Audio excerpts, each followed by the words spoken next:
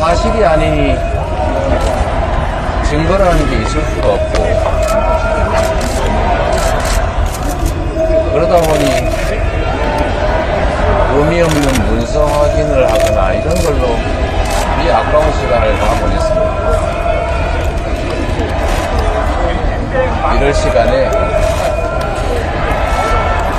우리 국민들의 삶을 챙기는 게 훨씬 더 낫지 않겠냐, 이런 생각이 듭니다. 사람들은 먹고 살기 어려워서 생을 포기할까를 고민하고, 버는 돈으로 빌린 돈 이자 갚기도 버거워서 고통에 시달리는데, 국민이 맡긴 권력으로 정적 괴롭히는 데나 집중하고 있으니 참으로 걱정됩니다. 아무리 검사가 집권을 했고 검찰이 지배하는 나라가 됐다 해도 총칼로 사람을 고문해서 사건 조작하던 그거를 이제는 특수부 검사들 동원해서 사건 조작하는 걸로 바뀐 것밖에 더 있겠습니까? 이제 좀 정신 차리고 국민 주권을 인정하고 주어진 권력을 국가와 국민을 위해서 제대로 사용하기 바랍니다. 결국 사필 규정입니다. 잠시 억압하고 왜곡 조작할 수 있겠지만 오래가지 못한다, 그 말씀 드립니다. 제3자 뇌물 혐의에 대해서는 어떤 식으로 생각하세요? 아무 관계도 없는 일을 엮으려고 하니까 잘 안 되는가 봅니다. 전혀 그거 받으신 거 먹자는 입장이십니까? 표결인이 몇 가지 좀 설명을 드리겠습니다. 첫째, 1차 조사에 대해서 서명 날인을 하지 않았습니다.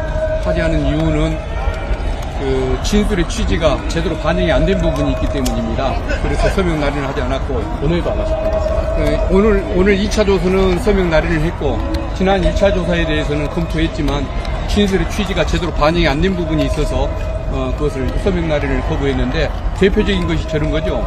이화영 부지사가 북한에 쌀을 10만 톤을 그렇게 지원하기로 한다는 의사타진한 부분이 있는데, 그걸 이재명 대표께서 황당하다는 표현을 사용한 적이 있죠. 그것은 부지사가 황당한 짓을 했다, 내 책임이 아니다, 그런 의미가 아니고, 그게 말이 되느냐, 그런 일이 설마 있었겠느냐, 이 상황 자체가 좀 황당하다라고 이렇게 말씀을 했는데, 그게 조선이 좀 잘못된 부분이 있고, 근데 오늘 그 조선일보와 또 한국일보를 보니까 마치 어떤 이재명 대표님이 그 진술한 내용이 그대로 보도가 되면서 취지까지 왜곡을 해가지고 본인이 결재를 해놓고도 아랫사람에게 책임을 떠넘기는 부도덕한 인물인 것처럼 그렇게 묘사를 해놨어요.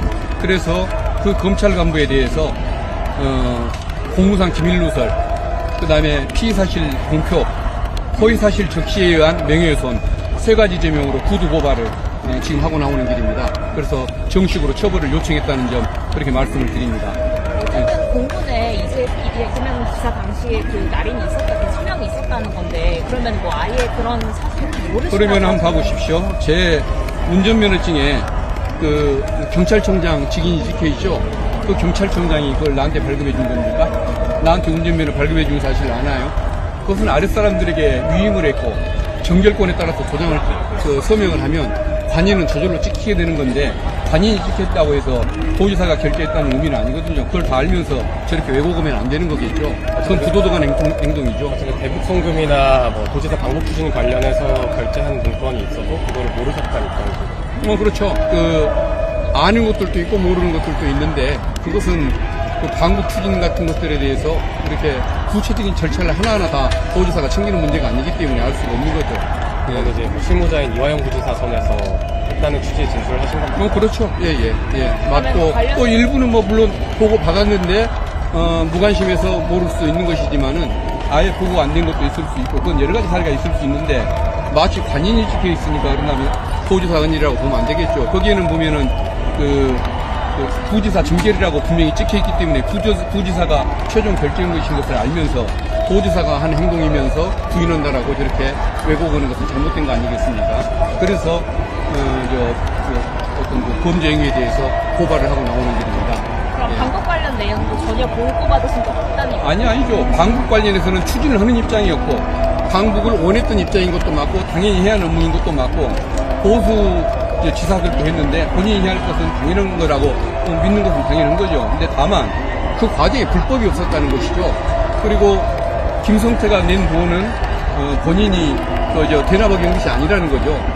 김성태가 북한 관계자하고 주가 조작의 이익을 나눠먹기 위해서 그렇게 돈을 줬던 사건인 것이지 이재명과 관련된 것은 아니라는 겁니다. 조사 내용을 보면 영수증하고 공소장하고 그 다음에 또 공소장 중에서도 김성태의 공소장, 이화영 공소장이 서로 범죄 사실이 다릅니다. 돈을 준 시기, 받은 사람, 준 장소, 모든 것이 다 달라요, 장소까지. 영수증이 있다는데도. 그러면 뭐겠습니까? 영수증이 가짜거나 사실관계가 서로 모순된다는 거 아니겠습니까? 그러면 이것은 전반적으로 돈을 줬다는 사실 자체도 일부는 믿을 수가 없는 것이죠. 근데 그 돈이 이재명 대표를 위해서 쓰였다? 그건 더더구나 믿을 수가 없는 게 그 100억이나 준 사람을 차 한 잔도 안 마시고 엮이기가 싫어서 면담도 거부하고 이런다는 건 상식으로 말이 안 되지 않습니까? 그렇기 때문에 이것은 돈이 제대로 그렇게 건너갔는지도 의문이고 이재명 대표를 위해서 썼다는 것은 더더구나 말이 안 되는 것이고 그런 거죠. 그 증거를 검찰이 하나도 제시 못한다고 하셨는데 예. 오늘 새로운 증거는 어떤 게 있어요? 그러니까 이제 방북을 추진하려고 이렇게 노력했다는 증거는 많거든요. 방북을 하고 싶어 했다는 증거는 있지만 그 돈을 이렇게 남한테 대납하게 했거나 불법적인 방법으로 하려고 했다는 증거는 없다 이거죠. 방법 의지는 있었으나 예, 그건 증거가 없는 거죠. 방북의 의사가 있었다는 것까지 부정하는 건 아닙니다. 근데 검찰의 대부분의 증거는 방북을 희망했다, 추진했다는 얘기만 근거가 있는 것이지. 그러니까 방북하고 싶었으니까 돈을 내준 거 아니냐 이런 얘기인데, 아니 방북하고 싶은 것은 방북하고 싶은 거고, 그렇다고 얼굴도 모르고 만나기도 싫어하는, 엮이기도 싫은 그 기업인한테 돈을 내게 한 것에 증거가 될 수 있습니까? 그건 아닌 거죠. 네, 그렇지 않습니까? 그래서 담당 검사님들한테 간부들은 딴 생각을 가질 수 있지만 미래가 짧으니까 그런 일을 해도 되는데 우리 담당 검사님들은 어떤 검찰을 오래도록 책임을 지어야 할 사람들이니까 명예감, 자존심을 가지고 정말 법에 따른, 증거법에 따른 양심적인 결정을 해달라 이렇게 당부를 하고 나왔습니다. 아마 저는 마지막 평검사들의 양심에 일말의 기도를 하고 있습니다. 오늘 조사하려면 사실 시간이 좀 오래 걸렸는데 예. 이유가 있었어요. 상세하게 검토하다 보면 그런 거죠. 예, 기술의 취지가 맞게 됐는지를 좀 검토해야 했기 때문에요. 수정해야 할 부분이 좀 많았다는 말씀이시죠? 적정이 있었습니다. 예. 어쨌든 오늘 이화영 기자 재판에서 예. 결국에는 이제 보고 같은 게 없었다고 다시 한번 진술 반복을 했는데 어쨌든 검찰에서 사법방해라고 얘기를 하고 있어요. 뭐에 대한 검찰에서 제기하는 사법방해 관련해서 어떤 입장이세요? 사업방해, 누가 사업방해를 했다는 건 민주당 맞습니까? 중에서 이제 이명박 기사의 진술 관련해서 예. 사법방해를 했다 이건 그건 양심이 있는 사람들 같으면 그런 짓을 하면 안 되죠. 말이 됩니까? 예. 아무런 근거도 없이 저런 얘기를 하면 안 되는 거죠. 그냥 우연히 행사장소에서 만난 걸 가지고 증거인멸 우려가 있다고 그러고, 서로 영향력이 있으니까 증거인멸을 했을 것이라고 얘기를 하고, 그건 타당한 태도가 아니죠.